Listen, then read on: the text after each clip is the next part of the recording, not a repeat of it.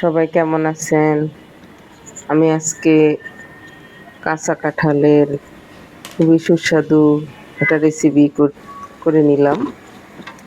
এখানে আমি একটা কাঁঠাল এনেছি বাজার থেকে, এনে এটাকে কেটে এখন এটাকে সিদ্ধ করে নিব। একটা পুরানো পাতিলের মধ্যে করতে হবে, কারণ যেহেতু এটার মধ্যে কষ থাকে। তা আমি একটা পুরানো পাতিলের মধ্যে এটাকে একটু হলুদ দিয়ে বসিয়ে দিলাম।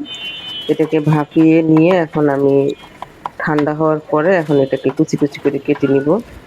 আমি এখানে সবগুলো দিব না, আমি কিছু এখন কাবাবের জন্য নিব, আর বাকিটা আমি অন্য রান্না করব। এটাকে শুটকি দিয়ে একটু আলুর সাথে দিয়ে রান্না করলেও খুবই মজা হয়, গরুর মাংস দিয়ে রান্না করলেও খুবই মজা হয়, খুবই সুস্বাদু। কাঁঠাল অনেকে রান্না করতে জানে না, অনেকে কাটতেও ভয় পায়, কারণ এটার মধ্যে অনেক আঠালো থাকে, কষ থাকে। এখানে আমি যে এটাকে এখন ব্লেন্ডার করে নিলাম, কি সুন্দর মিহি হয়ে গেছে। তো এখন আমি এটাকে মুসুর ডাল দিয়ে করব। মুসুর ডালটাকেও ব্লেন্ডার করে নিলাম, ভিজিয়ে রেখে দিছিলাম। এখন শুকনো মরিচ, হলুদ, জিরা, গরম মশলার গুঁড়া, একটু গরম মশলার গুঁড়া 1 চামচ দিয়ে দিলাম। তারপরে লবণ, আদা রসুন পরিমাণ মতো সবকিছুই দিতে হবে। ঝালটা যে যেমনটা খান তেমনটাই দিবেন। আমি এখানে কাঁচামরিচ দিয়েছি, গুঁড়ামরিচ দিয়েছি। ধনিয়া পাতা দিয়ে দিলাম, 1 টেবিল চামচ চাউলের গুঁড়া দিয়ে দিলাম, আর একটা ডিম দিয়ে দিলাম। এটাকে এখন ভালো করে একদম মিলিয়ে নিতে হবে।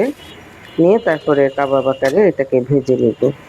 তো এইভাবে আপনারা করে দেখবেন, খেতে খুবই খুবই সুস্বাদু হয়। এটাকে ভাতের সাথেও খেতে খুবই ভালো লাগে, আবার এমনি এমনি খেতেও খুবই সুস্বাদু। আমি তো ভাজতে ভাজতে কয়েকটা খেয়ে ফেলছিলাম। তো